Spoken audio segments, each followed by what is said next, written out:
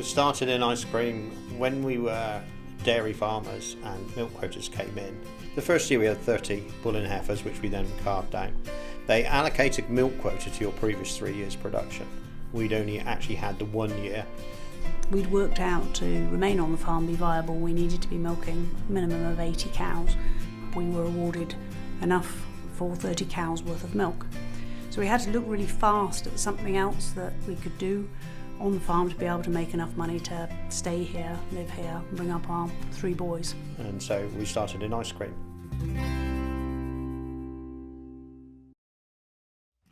We wanted to make a really good ice cream. It had to be better than anything we'd ever tried on our ice cream trawls, better than all the rest, and completely natural. And very clear so that anybody picking it up, like me, looking at labels, could know what they were eating and know it was the best. Obviously we're buying raw milk from a local farm, and so the first process we need to do is to pasteurise it. Pasteurisation works a day in front of freezing as regards production. The second stage of our product, which is really taking it from a liquid to a semi-solid, and aerate it and flavour it at that point. The rest of the guys come in about 7:30. They start off in production, weighing up different things in there. They start the equipment rolling then. They can make up to 35,000 tubs in a day, so it's full-on production. All that product comes off the production line at sort of -5 and is put into a blast freezer room where overnight it's frozen down to -24.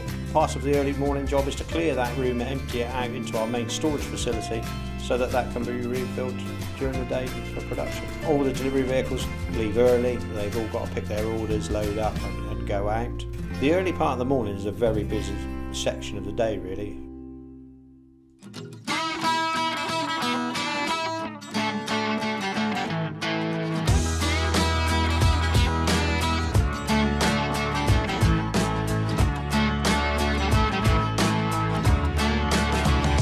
There's lots of different ways of getting brand awareness, and we don't believe that putting adverts in papers or magazines really works for an ice cream product. So we've found that by going out to events, not only can we offer people samples, they can try it, they can try different flavours, they can enjoy it. If they like what they've had, they will spread the word and share the love. So when they're there, they could have a Mr. Whippy, but that's not anything different, that's not anything quality, that's not anything premium, it's not British made. So when we go, we tell the whole story. So it's more about interaction, and it's about getting the message across that we are different, that we are British, that we are natural, that we don't use any colours. So the people that go to those events get an experience. There you go. Thank you. You got 2. Oh wow, Mummy, I have to eat some. The customers that you meet are one of the most enjoyable parts of the job, because especially if they haven't tried it before, that first taste of our ice cream, whatever flavour it might be, is generally met with huge appreciation. It is the kind of ice cream that you want to caress first before you actually eat it. Well, especially with chocolate, because I'm a chocolatier, it's really important to have proper chocolate, dark chocolate, with high cocoa content, because you really get the proper flavour, and it's healthier too. I like it a lot on the basis that it tastes like what it's supposed to taste like, and it doesn't have those ice crystals in that most ice cream does. Really, it sounds like a lot of care has gone into the making of it. The people, really care about the company, really care about the ice cream. It's nice to know that your food has got a lot of quality. The minute I taste something, I can taste if there's, sort of chemicals or too much, processed things in there. And this tastes really natural. With really good ingredients, and that's the most important thing, really great ingredients. Also, you know where it's come from. Yes. Because when you go, a lot of companies are buying in large quantities, wholesale, of things to make it cheaper. They don't really have traceability of where everything comes from, whereas you know where your milk is coming from, and that's so important, and it's local. The way the vehicles are designed, they give a choice of flavours, but also can give the explanation and the ethos of us out to the consumer so that they can understand the difference between our product and lots of others.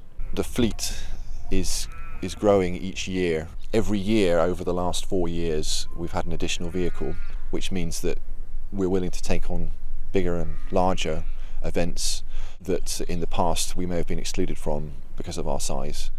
Because for us, the events, it's all about the brand of Purbeck Ice Cream. So they are the face of Purbeck Ice Cream. Without the team, it would be impossible to do the job that we do.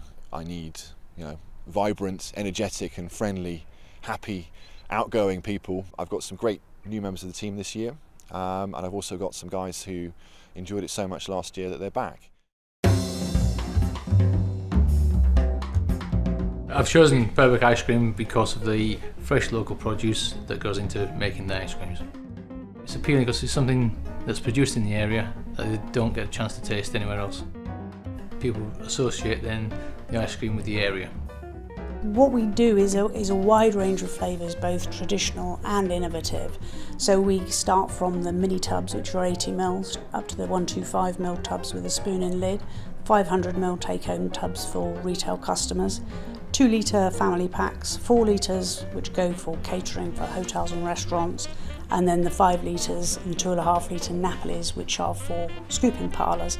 We do a whole range of spring water sorbets, all scoopable at -18, so it's very easy to scoop, very easy to serve, and chefs love that. So just about any customer, depending on where they are and what they want, has got a flavour and a size that will suit them. There's a lot of people who do like the creaminess of the ice cream, and the most popular flavours there are the honeycomb ash and raspberry ripple, and the posh toffee is pretty good as well.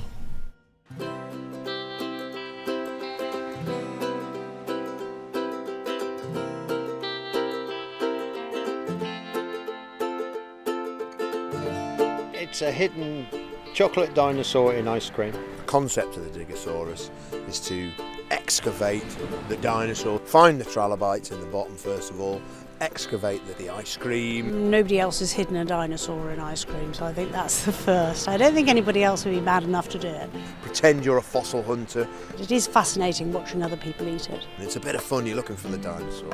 A bit like eating a Cadbury's cream egg, I suppose. Everybody has their own individual way. It's that wonder as you spot it coming out. The reaction has just been great. Wherever we go, people just think, what a fantastic idea. It just gives you a little bit more excitement in the ice cream that you can excavate out the chocolate dinosaur.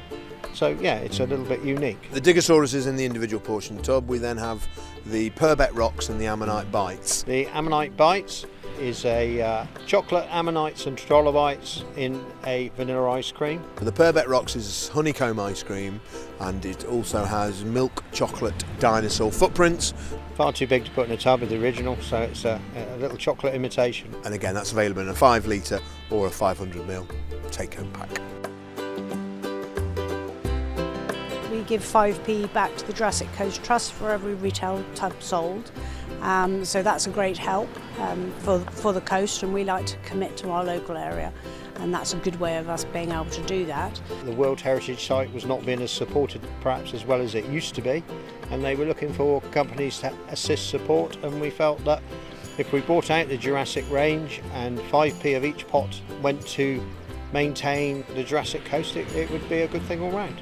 I think it is part of growing up around here is that because it's on the doorstep, you take full advantage of it, and you can't beat it. It's free and it's here, and there's always treasure to be found. I feel it's important for everybody to do their bit, and there's nothing more satisfying than feeding somebody poorly a tub of ice cream. They really do appreciate it. I've just delivered some ice cream to the Youth Cancer Trust, which is a charity we support out here in Bournemouth. And we supply them with a constant supply of ice cream. We make an amazing product and support local people and local companies, local charities. It's good to support local things, and there's nothing more important than supporting a charity like this. But the quality of the product is absolutely second to none, and the youngsters, they all have issues with their diet, and so we need to responsibly source products that are pure, natural products, made with natural raw ingredients.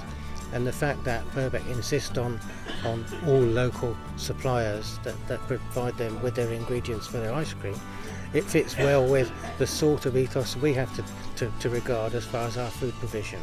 It gives me great pride to be able to tell people when I give talks to whatever size group, anything up to 1,000 people, that local companies support us, and I always use Purbeck Ice Cream as an example of the sort of contact we have with them and the sort of support they provide us with.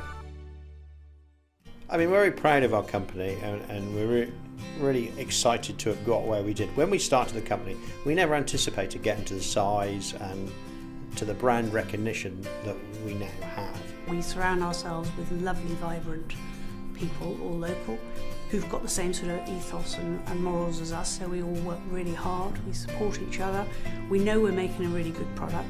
It's just a beautiful place to work. It's great surroundings. The view of Corfe Castle. Who wouldn't want to drive past that every day on their way into work? Which is, the benefit that we have of living here. I've never worked for another company in which family values are held in such high prominence. We make a point of just making every day count, and I think that is reflected in the business. I think the business people say they like our ice cream because of the quality, the taste, the service and the ethos of the company. So it's doing the right thing for the right reasons, and I think that's what sets us above the rest. What is your favourite flavour and why? Oh, blimey. It does vary a little bit. I do like the mint choc chip. I have to say my favourite now is a combination of Cirrus chocolate and crunchy style honeycomb ice cream. Salted caramel. I guess, I don't know, maybe I've just got to that age when I just like sweet things now. Christmas pudding. I love Christmas pudding. I am greedy, yeah. Yes. I need to have two flavours that complement each other. You can never go wrong with clotted cream. It's the absolute best. Patrick, our sales director, is always vying for vanilla bean. I love our vanilla bean ice cream, and we have an in-house disagreement with Hazel and Peter, who prefer the clotted cream. This is where you might have heard. They prefer the clotted cream and I prefer the vanilla bean. And I always win the argument because what's the number one best-selling flavour of ice cream is vanilla bean. So, and if any ice cream man tells you anything differently, he's lying, basically, because vanilla outsells everything 5-10 to 1 in volume. So that's probably what they've told you, is that I prefer the vanilla to the clotted cream.